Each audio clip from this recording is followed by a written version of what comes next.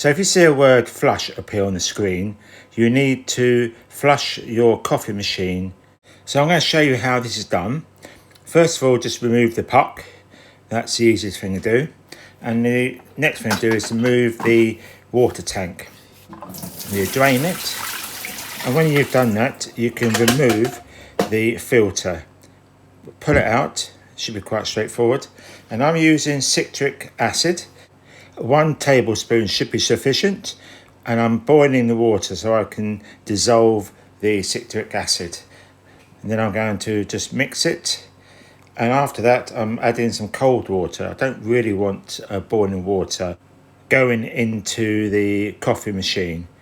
So I'm filling up the water tank, and when I've done that I will refit it into the coffee machine and push it down to make sure it's in place. I'm now using a simple plastic container just to hold the water, and then we can start.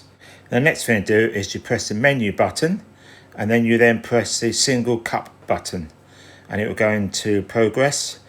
There are 5 sections here, and each one is about 1 minute long, so obviously it should take no longer than 5 minutes for this section to be completed. So now you've gone through the 5 flushes, the next thing to do is to move the water tank, empty it out of any water, refit the filter, and then fill with water, fill it to the top. And when you've done that, then refit the water tank. So the flush has already been done, but what I like to do is to make sure that it is clear of all citric acid. So this part again is quite straightforward. All I'm going to do is put it onto hot water, and I'm going to put it onto steam.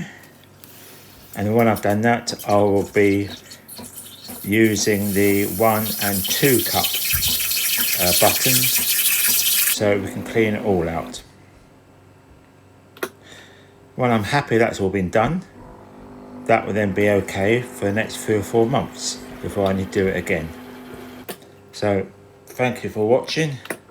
If you could, please share, like and subscribe.